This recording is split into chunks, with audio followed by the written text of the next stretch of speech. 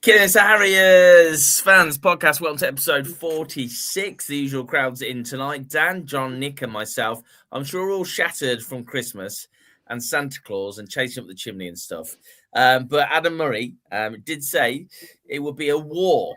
And what a boring war it was at Hereford. So, John Smith, how was your lovely day out in Hereford? I am not a fan of going to Hereford at all. I haven't been for a long time. And yes, okay, I get that there's a lot of passion behind the derby, but it's just a horrible place to go. They had one turnstile open, so we queued for 20 minutes to get in. They had 4 portable porta potty type cubicles for 700 people. By the time the game began for 30 minutes, they'd run out of hot food. And then by the start of the second half, they'd also run out of hot water. So it was a bit of a shambles. No stewards checking tickets to see if people were supposed to be sitting or standing. So that was a mess all over. It's not a great place to go. Pub selection around there is pretty poor. And I'd be very happy if our Boxing Day fixture was not Hereford next year. However, the actual football itself, the most important thing is we came away with 3 points and we beat Hereford yet again. The game itself was fairly dull and turgid. It was a real shame that was the case. I think that we failed to impose ourselves on the game.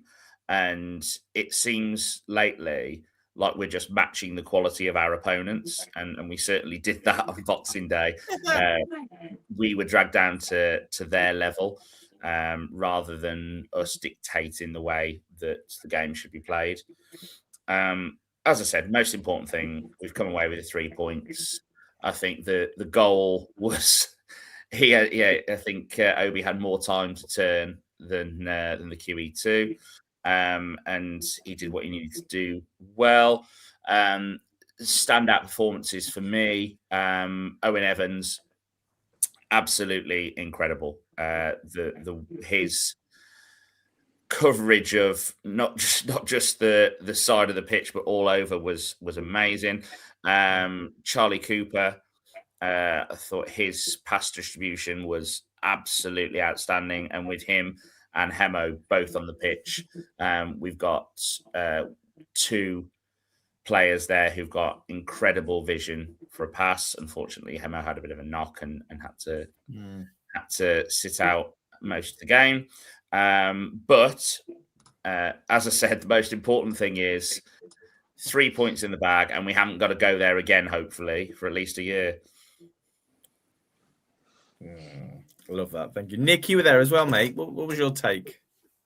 Yeah, evening, everybody. Similar to John, to be honest with you. I think these kind of games are games that are now really consolidating Adam Murray's sort of position within the fan base. I think that noise has really gone away now, and I do feel like, I'm not saying that win has compounded the last few weeks, but I think it's really sort of polished off that connection again between fans, players, staff, etc. It feels normal again now, I would say, what you'd expect at a football club, which is great.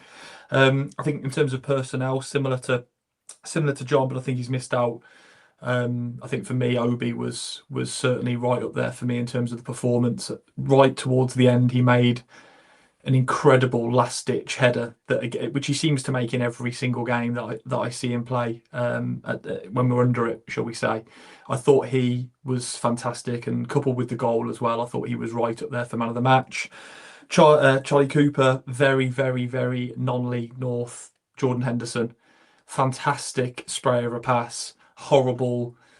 I mean, I loved it. I mean, one of my there were very few highlights from the game, let's face it. But one of my highlights was when Cooper gave it some to the Hereford fans when there was like a couple of minutes to go.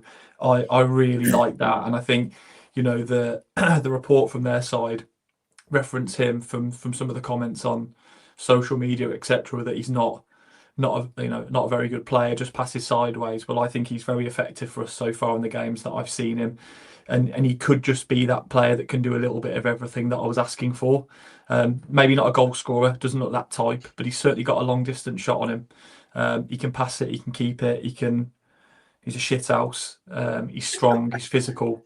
And I think that's the kind of player that you do need in that hub. And when you think about him, Davis, Riley Reynolds, it's a strong physical midfield three. So I thought he had a good game. And Owen Evans was phenomenal, but I think he has been for a while. He was one of my standout players in the Fylde game. I know I missed the podcast last week with some technical issues, but also want to give a big shout out to George Walker, because I thought he came on, he stretched the game, and not only that, he delivered with quality. The one ball he put across was above the level, and that's why no one was on the end of it. It was first rate. So yeah, look, he's a prospect, no doubt in my mind. If we use him at the right times in the right areas of the pitch, he could be second half of the season a player that the fans really take to, and I think they already are. With his movement and his running to wherever it does eat into the minutes, doesn't it? Especially when you're in injury time, whatever, just give it him and just run away. I mean, I said this ages ago, Alfreton game, but it's one of those things. We've had some nice comments come in. One we'll do it later. Thank you, Andrew Hipkiss. He says, "Good evening. Question for the panel: if it was the playoff final tomorrow, why can't we just win it? What would your best team be? Current players only. Injured players can be included." What? Oh, okay. Can be included. Well, he says can, but I'm not sure if you meant can't. Andrew, can you just let us know what you actually meant when you said that? But we'll carry on. So there were less moans about it being 1-0. Perhaps people are getting used to that now, Dan. What do you reckon? I don't think it's something we'll ever get used to. I think a lot of people are taking solace in the fact that the pitch was horrendous. It just looked crap. I was watching it on DAZN, and the commentary was just horrible on DAZN too. They have it very much kind of home team bias, and yeah, it wasn't the smooth kind of what's he called? I can't think of the main commentator, the old BBC commentator. Anyway, it was horrible watching it on DAZN. I think with regards to your question, Wes, I wouldn't say we're getting used to it. I think there is, if you think of, the Fylde 1-0, that was a really good 1-0. I think the game against Hereford was a 1-0 that we'll take because it was horrible pitch, horrible place to go. Hereford, although they are struggling this season, we're always going to try and get at us, being the kind of Hereford-Worcester derby. I think on the whole, I found it a very difficult game to watch. I saw complacency in Kiddy that made me a bit nervous. There were a couple of times, certainly in the first half, there was a ball back to Dibble, and he took an absolute age on it. And the Hereford striker beared down on him and nearly got, as he sort of flicked the pass out, the Hereford lad nearly got a foot on it.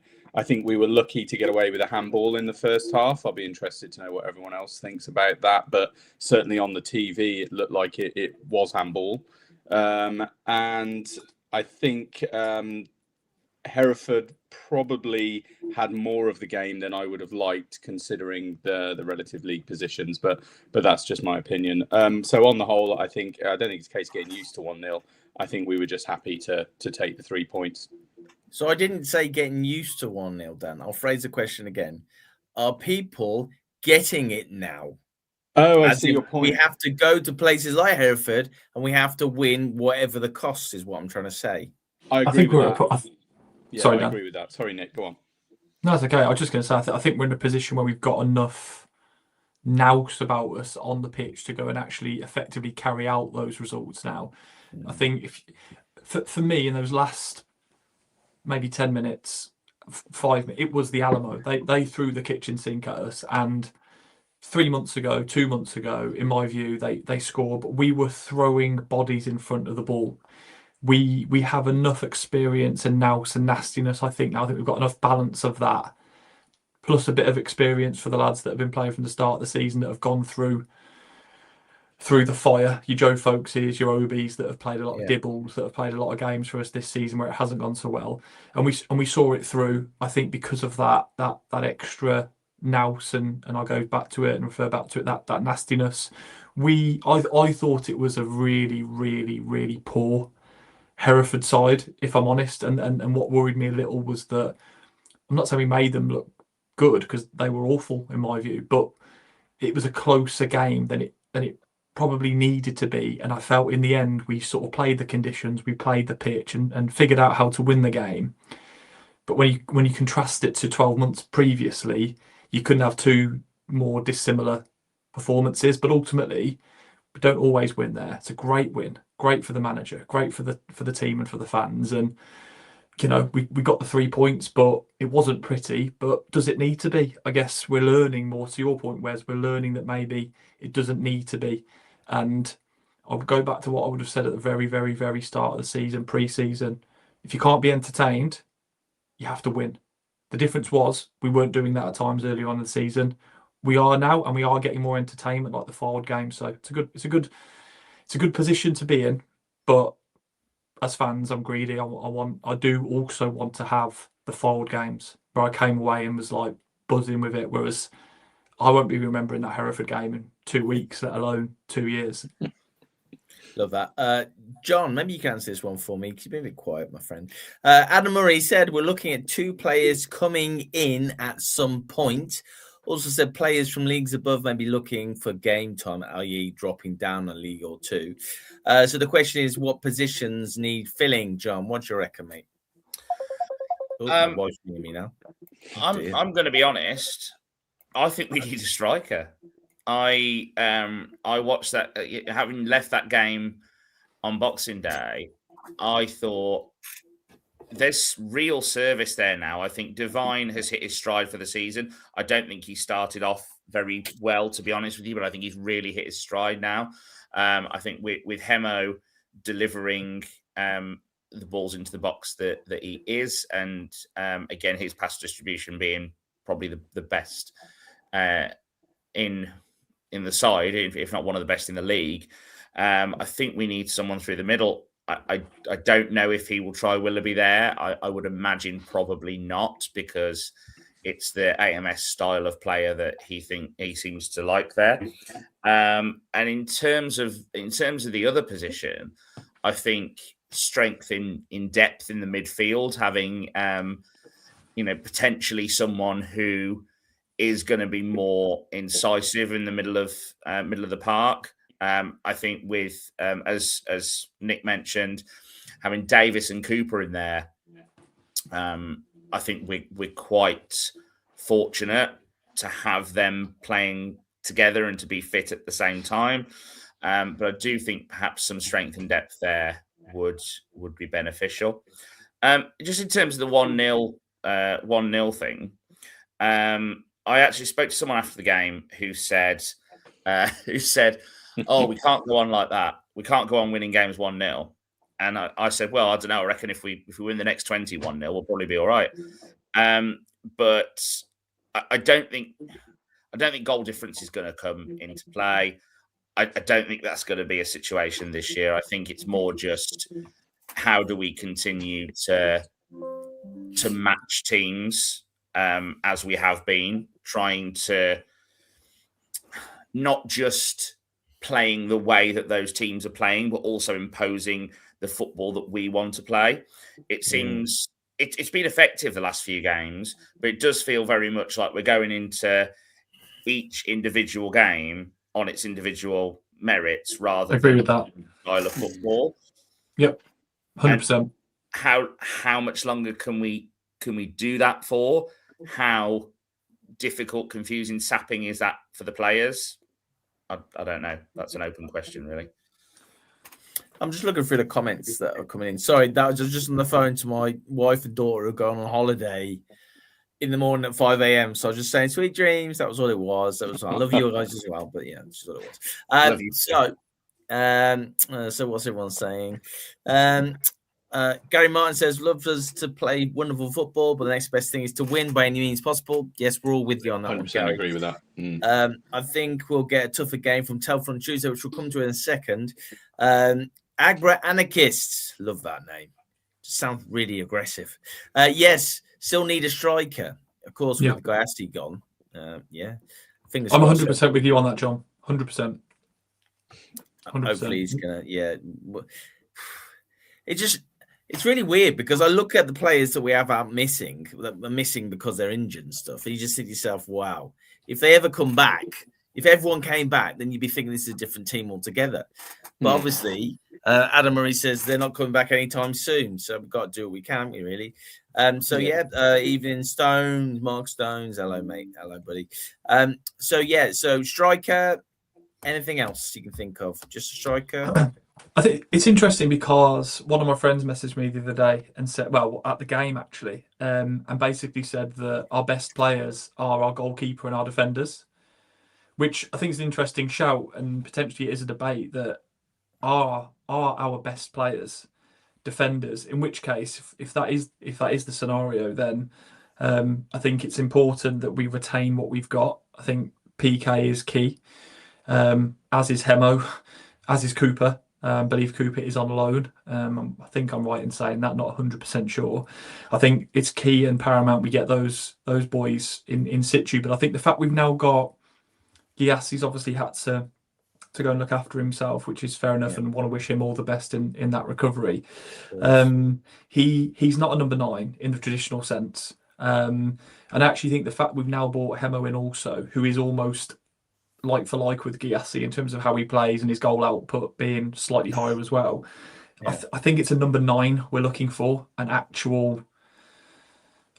Again, I like these players that can do a bit of everything, but that sort of number 9 that can score goals, that can win headers, that can win battles, that is mobile. Because I think that's one of the challenges thrown down with TSS is he's not overly mobile, and also not a natural goal scorer. So I do think we're looking almost for that. If we can get a number 9 from, I don't know, a League Two side that's not getting minutes to the point that you made around what Adam Murray says, then I'm all for it. But they need to be a certain profile of player to cope in this league, as we all know.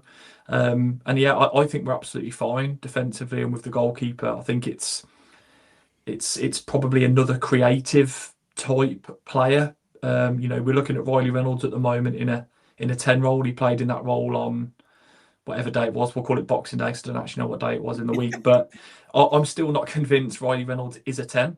I think Riley Reynolds is a central midfield player, box to box, could do a bit of everything. I think Spokes is probably more of a 10 out of the two. But I'd like to see us have a creative in between the lines 10 if we're going to go down that sort of 5-3-2 route with 2 holding midfielders and then what looked to be a cam free roll kind of scenario that Riley Reynolds played in. But I'd like a specialist in there. But understand that these aren't always easy to get. We had a player on loan a few seasons ago, Elliot Bonds. Not saying he's a fantastic player. Yeah, not saying he's a player specifically that we can go and attain. But if we can find a player of that kind of ilk that's maybe on his way back to match fitness at a really good established football league club, then I'm all for that, because he was a stellar player. Now, with Obi knocking the goals in, guys, when was the last time a defensive centre back won the Golden Boot at the Harriers over the season? Has there ever been a time or a place, or what do you think? Certainly not that I can think of. We over the years we've had centre halves pop up with some headers. Abdou Sal got a few. Great player.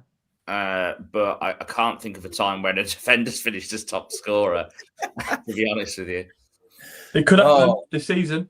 Yeah, because all of our forwards are rotating / injured / loans that are coming in and out. I mean, how many is Obi on now? 5? 4? 4 or 5. He's a threat. He really is. I'm loving the fact he's bombing forward a lot more as well now, becoming that extra spare man. I mean, the job he did on the man for man with the Fard lad the week before was just, I just loved seeing him in the opposition half, because he's just got that. He's just a technical footballer, but he's also a big, powerful unit. So it just looks like he could do a job. Not saying he could do a job at centre forward, but he gets in there and you think he's actually got half a chance.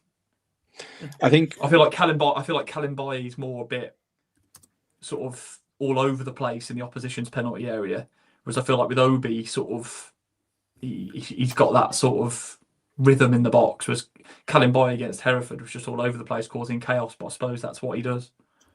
I think also we're entering into that critical period now, aren't we? Where, the January transfer window opens, and those that have shone, you sort of holding on for dear life, hoping that they're not going to be snapped up by a league club or above.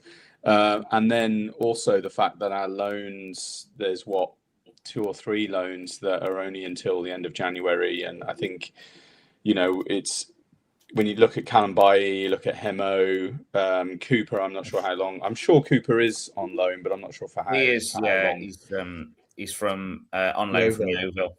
From Yeovil, yeah. I mean, it worries me that the players that we list as the ones being integral to the team and the performance are the majority of which are loan players. Obviously, OB being the big exception to that, and that does worry me when we're sort of going through this January bit now, which always makes me nervous when it comes to being a non-league club and what happens when that window opens. The hope is that we won't lose anybody and that we'll retain those loan players. Their contracts will be extended, and we'll continue on through the season with a balanced squad that I feel that we've got at the moment. I thought Hemo was a bit off actually, and I know he was a knock. He was well off it.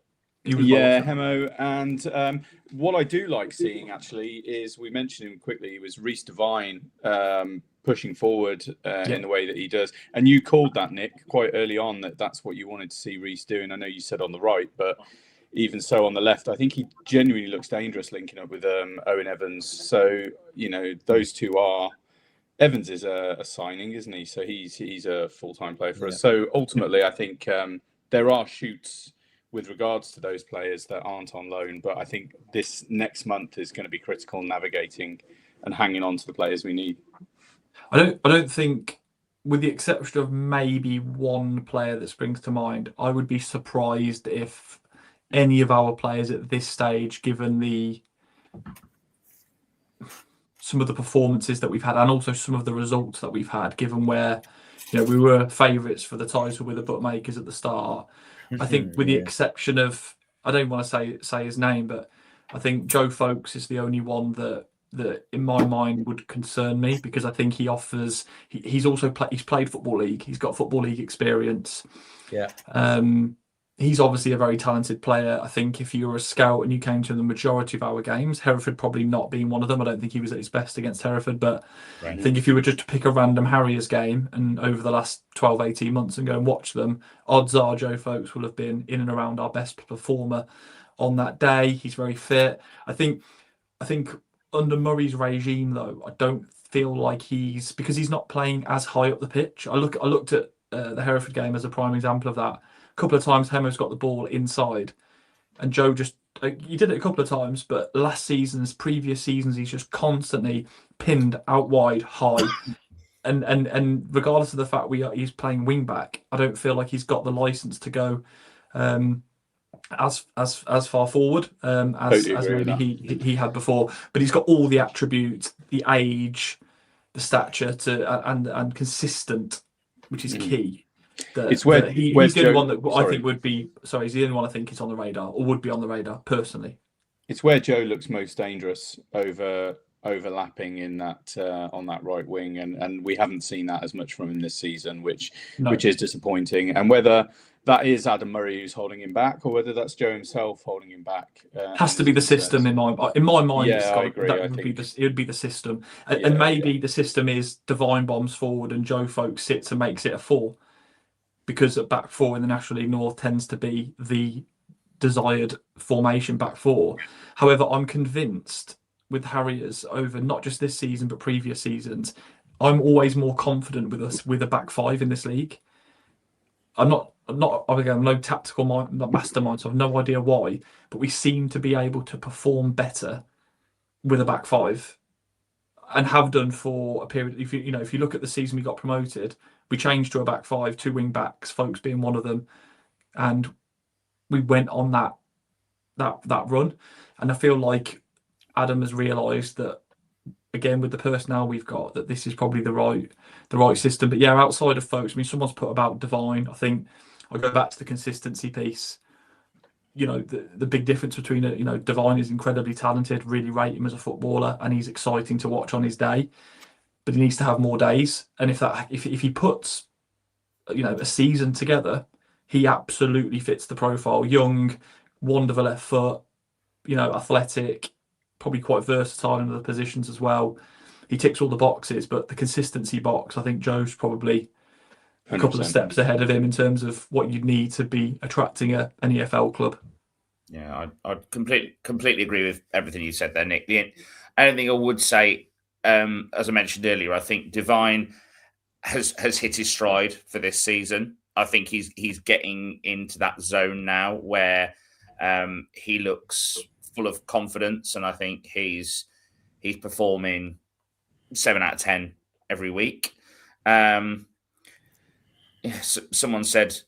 I always find it interesting when someone says about a player being just one-footed. Lionel Messi and Gareth Bale were pretty good. Yeah, that's exactly the comment I was just going to make. I don't think I was going to mention Gareth Bale, but I was going to say, well, there's plenty of players that are just right-footed. So Phil has asked if it was me at Bromsgrove Redditch yesterday. Yes, it was. That was a good derby game. With a fair bit of needle there and plenty of pyros. So, pyros returned as well for Hereford. In force, there was loads of them. Telford's number 9. Someone's mentioned, I'm assuming that's Stenson. Matty Stenson, yeah. Yeah. Who was rubbish for us, but how many times does this happen? Players come and have a spell for us and they do nothing and then...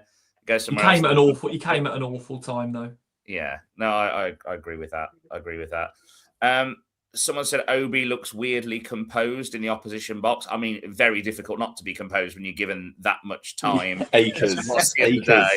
But I agree. And during the Fylde game, it reminded me of. Have you all seen that Hobbit meme where Bilbo Baggins says he's going on an adventure? I kept thinking about that when Obi was just trotting up the pitch and, he got from being centre half to in the 10. In terms, someone's mentioned about EFL or National League clubs coming in for Folkes, Dibble, Devine. I don't think we're going to lose Dibble. I don't think we need to worry about that at this stage.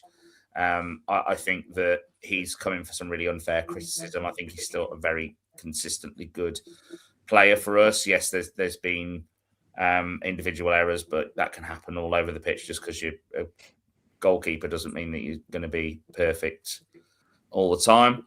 I think with the comments about Hemo's goal scoring, Hemo is not playing in a central role. He's hugging the touchline, which is where our current system has him. And I think that the team has looked better for having him back in. I think that his confidence and his composure on the ball really bleeds into the rest of the squad. And I think he's leading by example with that. This is Davis. Sorry, John. Sorry, this is Hemo. Hemo, sorry. I think that his touch is incredible still. And the fact that he's winning nearly every header that's coming up to him is mental. Is fantastic as well. Yes, the longer he goes without scoring, the more that noise is going to come about. But I think we need to look at everything else that he's bringing to the team, not just think about the goals. Yeah. Especially if he is consistently putting the ball in the areas for players to actually convert chances. I think that I've just been scrolling through the comments. I think that's everything. I think someone, and just a suggestion here: AMS and Hemo down the middle, 2 wide players in a diamond. Right now, I like Hemo out on the right. I think that he's doing bits for us out there, and I'd be hesitant to bring him into the middle, especially before he's bagged a couple of goals and got his shoes and boots on. I do wonder how Hemo feels about being out there. I think Hemo's just happy he's not in Dagenham, to be honest with you. That's a fair point, yeah. I've got to say hello to Jay and Francois. who are watching us. Oh, they were so excited about it. We'll be together. We'll watch you guys together on the big telly. I was like, okay. Evening, lads. Guys. One for Vince. Vince, I hope you're enjoying a pizza. We check it up on him and his diet requirements. How many has he had this week, John? If you're counting.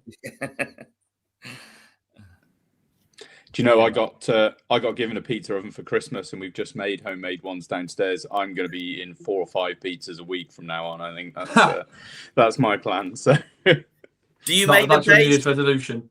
Yeah. Do you make the base, Dan, or do you get it? Do you get it already made? I don't want to talk about it anymore. I've made it all. I haven't eaten mine yet. It's sat downstairs waiting for me. But yeah, I've gone from the base and everything. Taking some notes from my mum's pizza that she used to make us. So hopefully it lives up to that standard. Okay, that's fine, Pat. Thank you.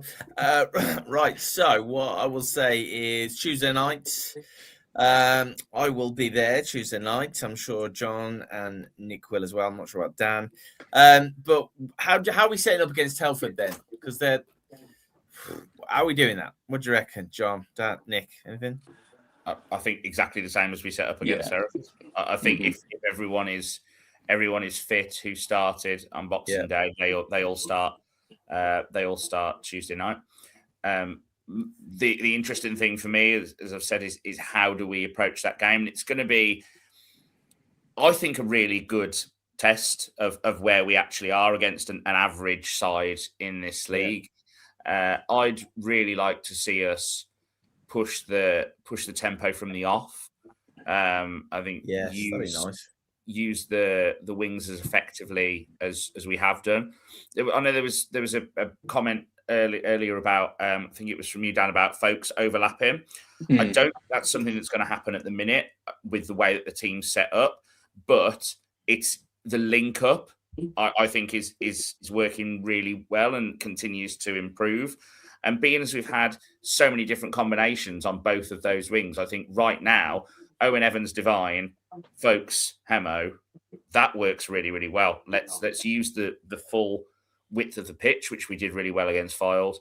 See, that's the thing I'm a bit confused with. Someone else has put this comment in the chat as well about us playing 4-3-3. I see Folks as playing just like an inverted fullback a lot of the time. Hemo, I'm not saying he doesn't get dragged out to the far side, but when the game kicks off, we're definitely in 5-3-2 from the restarts. I don't know whether it's probably a fluid sort of formation maybe, but I don't see Hemo as an actual right winger since he's been back in the games that I've seen. But maybe that's just me being blind, and that's exactly what's playing out in front of me. But he pulls out there. Yeah, but I'm not sure. I see him as like on Boxing Day as being up front with Hemo, and Divine's a left fullback with Owen Evans as the third centre back. So you've got which I always quite like, and it's another thing we used to do a few seasons ago, which is you've got a left-footed centre back out to a left-footed left wing back. So it's actually a nice balance, back five. But again, I'm not 100% sure exactly what formation it is. Going back to Telford, just looking at their results, I mean, they're unbeaten. I can only go back as far as their last 6 games, but they've not lost in the last 6. They've drew with Radcliffe, drew with Southport, which is a poor result. They beat Leamington away, beat Altrincham at home, league above in the trophy. Beat Buxton 2-0 away, great result. And they beat Chester 3-1 at home.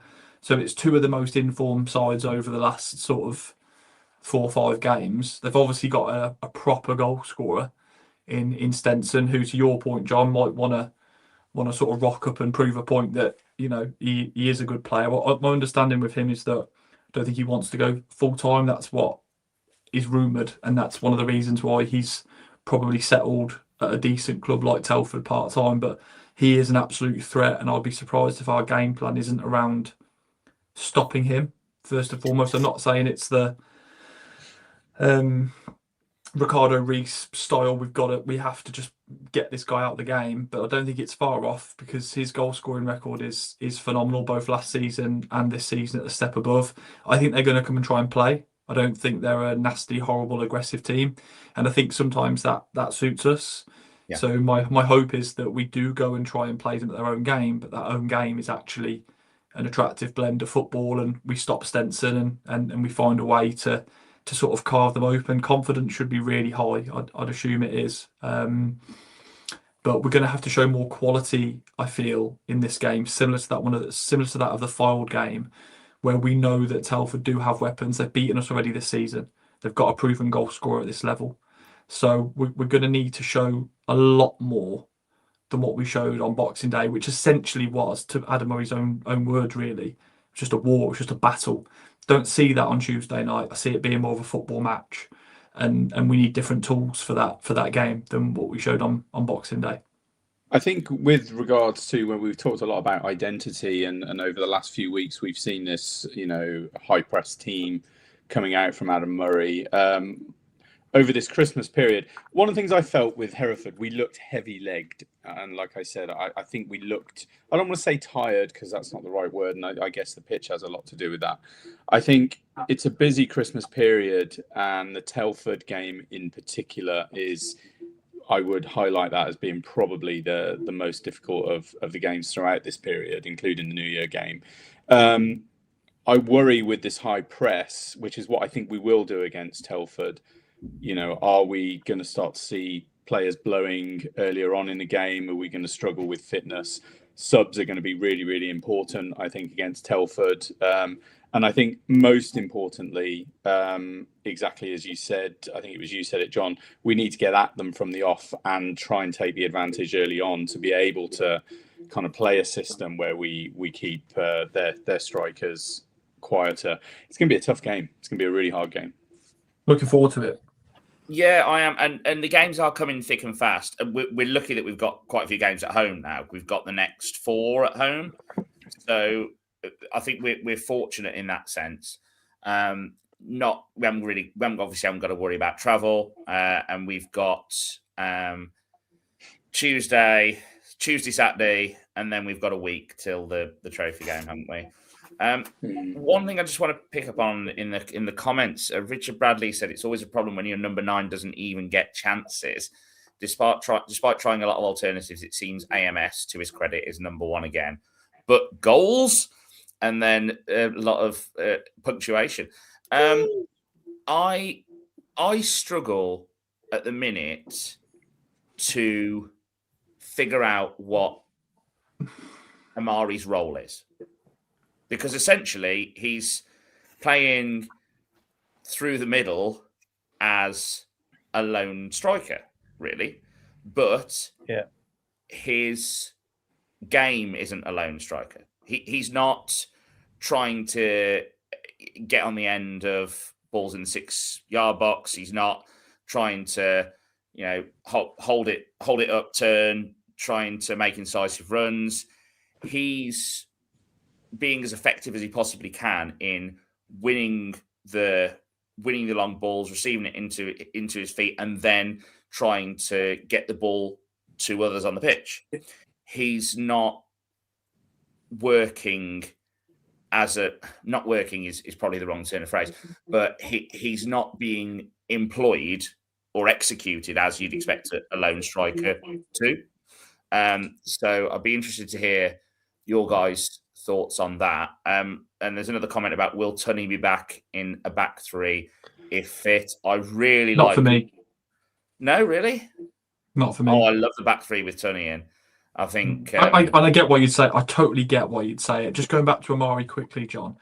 I think Amari's role is to just occupy 2 defenders at all times, or to try and occupy 2 defenders. I feel like that's been his role for, a number of years with Harriers, whether that be his strongest position or not. I do feel why we end up reverting back to Amari is that the other strikers we sort of try and bring in, Willoughby's a try and run in behind, sharp runs, intelligent footballing brain, but he's not a physical specimen. He probably needs to play off an Amari or a target man type player.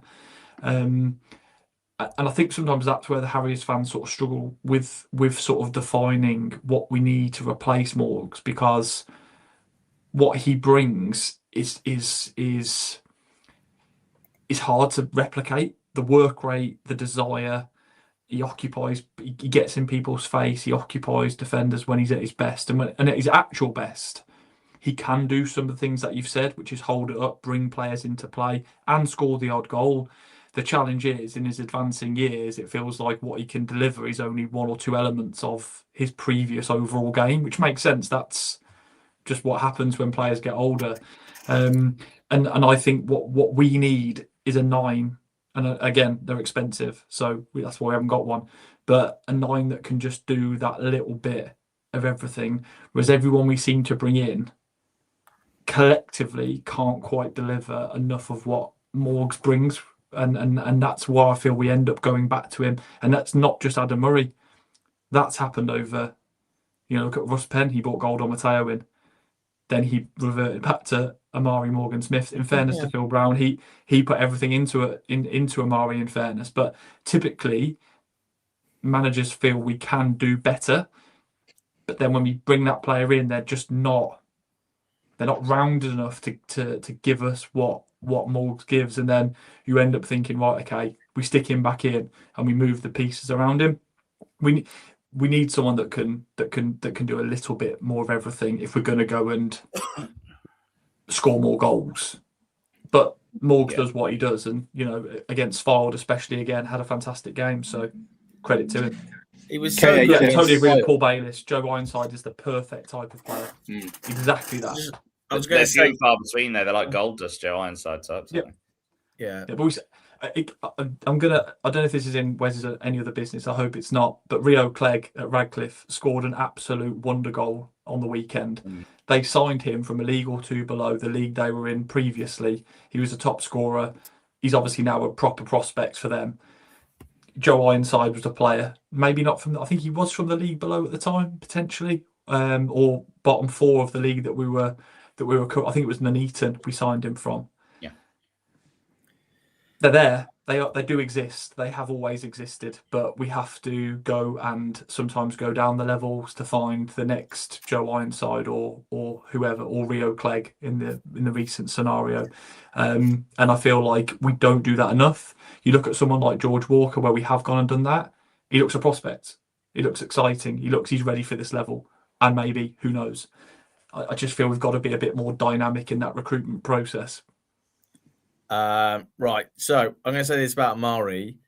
Adam Murray loves him that much. He tried to ride him like Seabiscuit after the Fylde game. Do you know what I mean? So he obviously has a lot of faith in that boy, and he was impressed with what he did. And what he did was just, put his heart and soul onto his sleeve, and he just went for it. Right, let's keep going then. This is the goal. Clips the ball in towards the edge of the area.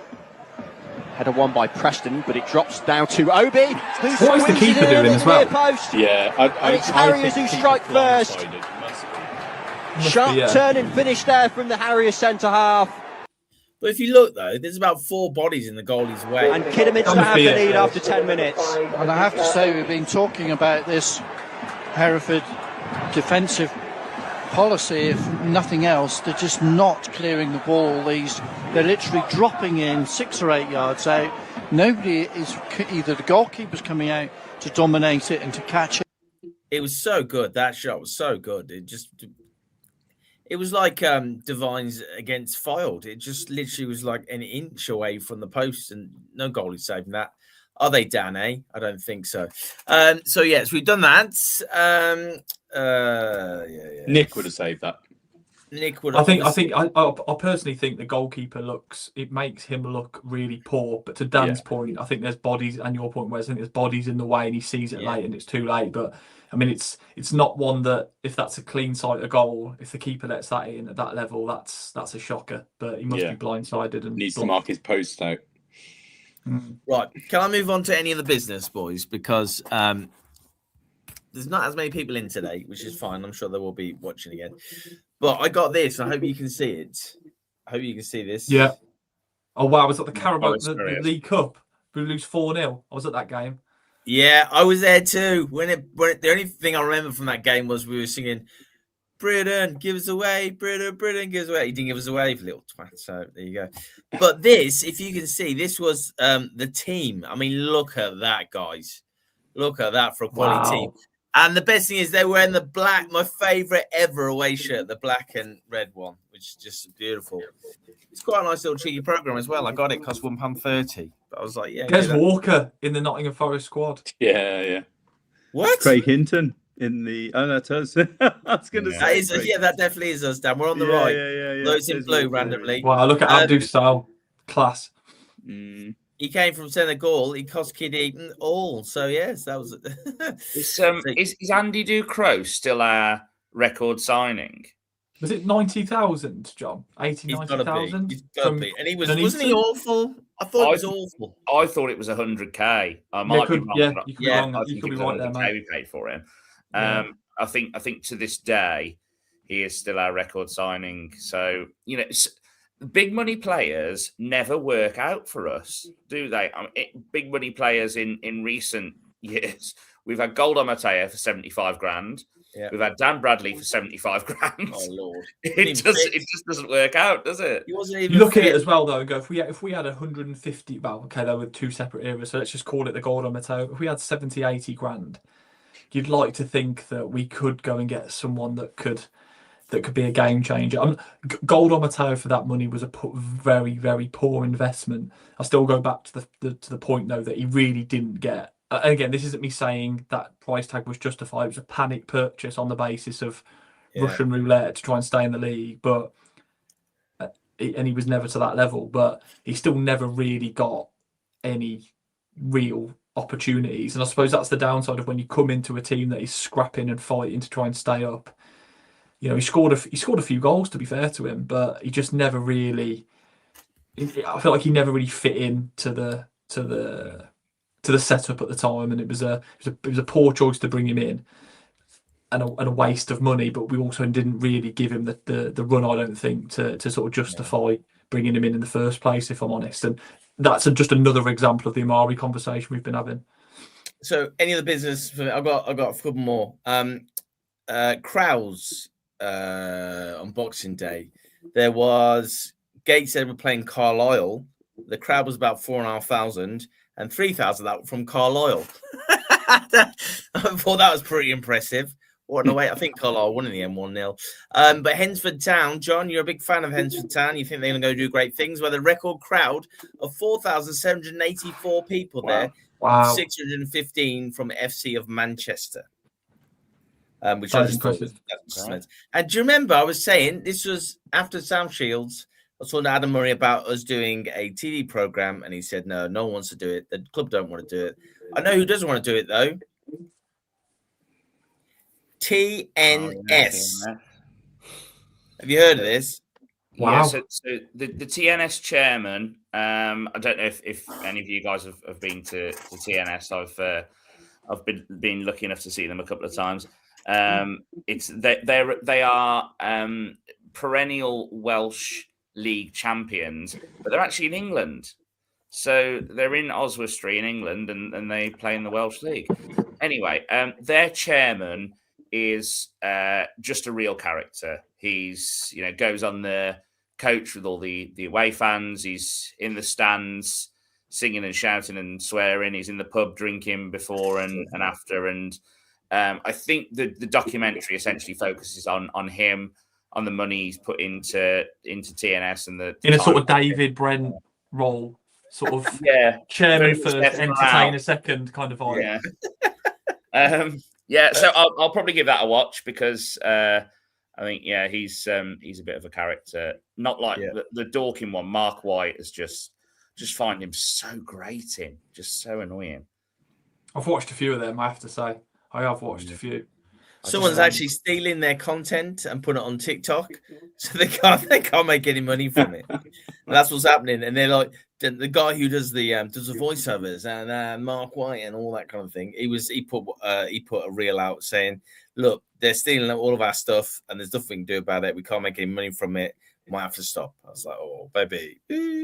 So, bunch of amateurs, isn't it? That one, that company. Bunch of amateurs. That's exactly what it is, Nick. Well done, my friend. Right. Okay. So, any of the business, Dan? I've got one thing to add. There's a new addition coming to the Harriers Faithful. This is this is mine and Cara's first Litland. So hang on, this cheers, boys. deserves a round of applause. Hang on, give me 1 second.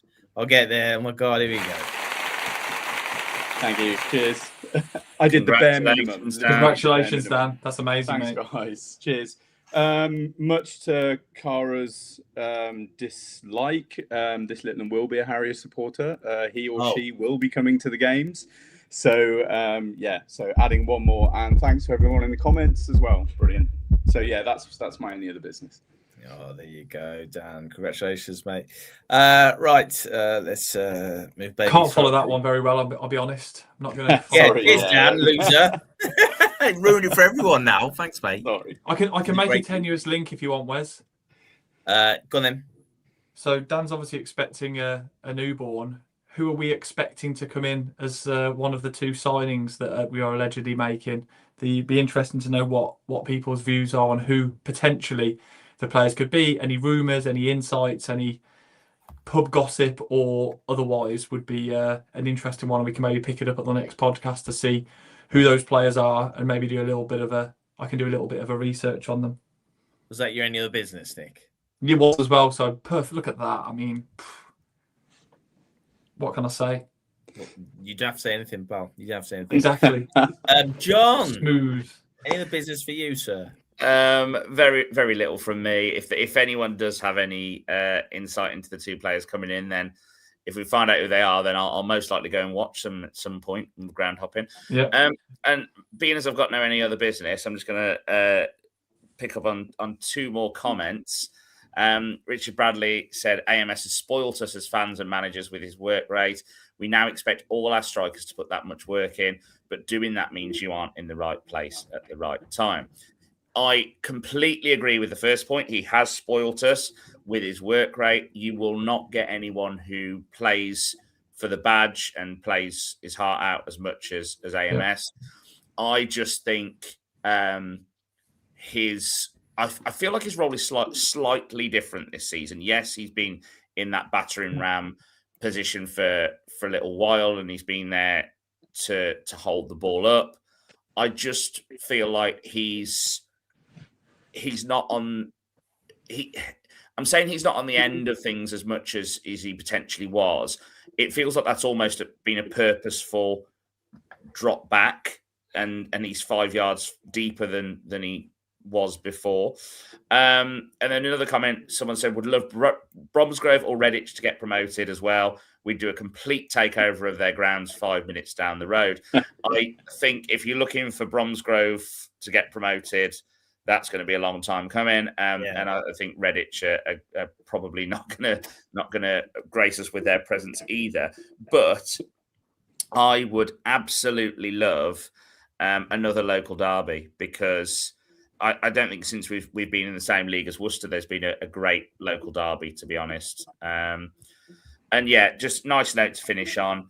Yeah. It was lovely to see Amari go over to the Hereford fans and give them the shirt with JMO's name and number on the back. Very, very sad to hear about any of the football family passing away, and it's a horrible situation whenever anyone feels that they've got to take their own life. So it's great that we're all here on a Sunday night chatting together, but even if it's rivalry goes out the window when you see things like that. It was exactly. It was a nice gesture from the club and Scimitar as well, but terrible. So if anyone ever wants to chat, even if it's just a moan about formation or to share the joy after 3 points, then we're always around in the arms. So, well, I'm always around in the arms, and Wes is usually talking to about 50,000 people outside. So, come and say hello always.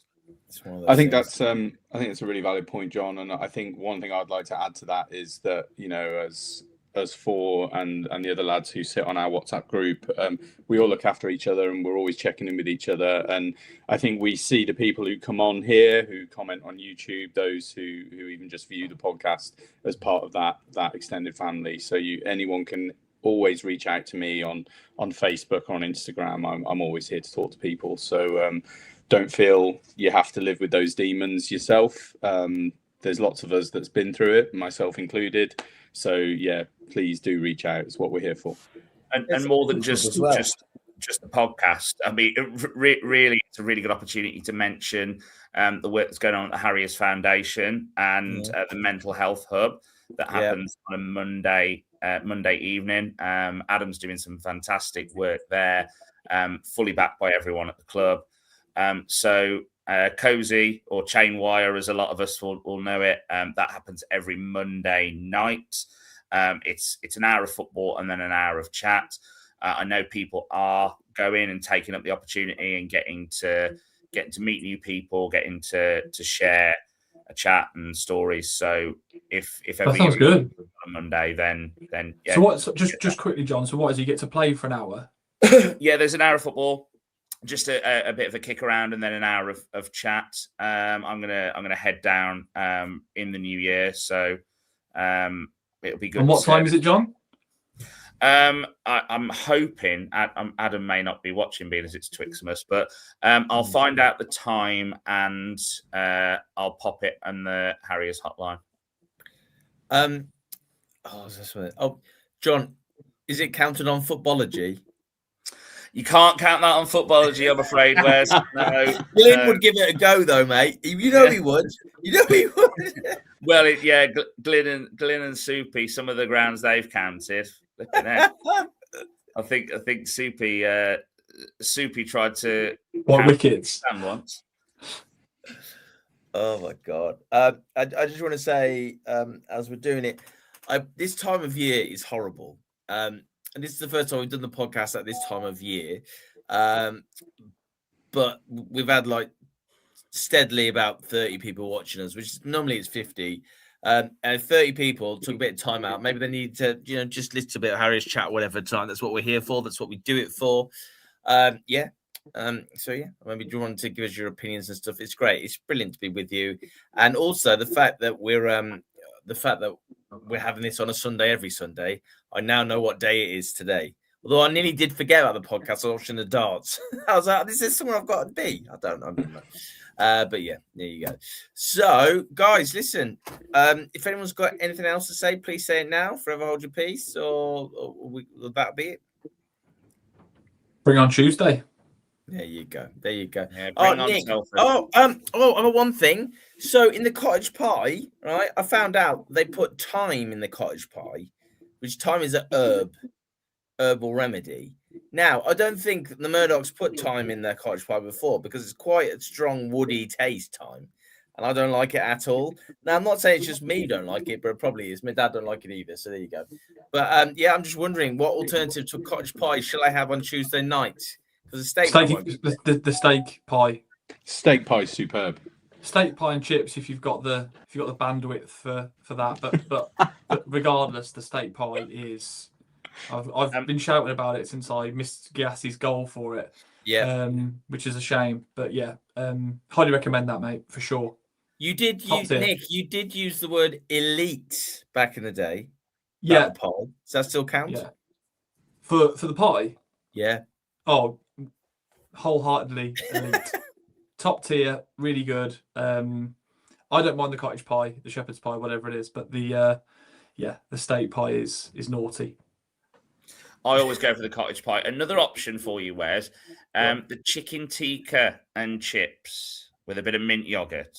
Oh, yes. Chicken tikka. I'm too hungry for this conversation. I've been enjoying that, but I usually go for a cottage pie. I know that. Josh Cowley has said an awful lot tonight. Bear in mind, he's banned from the Harriers hotline. He's banned from he's banned from us on Twitter as well, or X. And he said, "Wes, you should get a job in a bar. All the talking you do, we're perfect for you." Josh, I'm not sure you understand the way a podcast works, pal. I ask questions and I get people talking, and then if I don't feel like I've talked enough, I'll ask them some more questions to then talk some more. That's just the way it happens, mate. It's just the way it happens. You'll get. I think Josh means you're good with the people, Wes. That's what he means overall. Very kind of you, Josh. There you go. You're still banned from the hotline though. So yeah. So anyway, thank you so much, everyone. It's been great chatting to you. This has been episode 46 of Kidderminster Harriers fans podcast, and we have done it. Yes, we have. So I want to say a big thank you to Nick. Thank you, Nick. Oh, hang on a minute. It's not that one. I didn't want to do that. Hang on a minute. Hang on. Hold on there. Wait there a second. Nick. John. And expecting Dad. Cheers, guys. Thanks. I just thought, though, Dan, when you have said baby, mate, there's no chance of you getting out to do your podcast on a Sunday night, pal. Not a chance in the million years.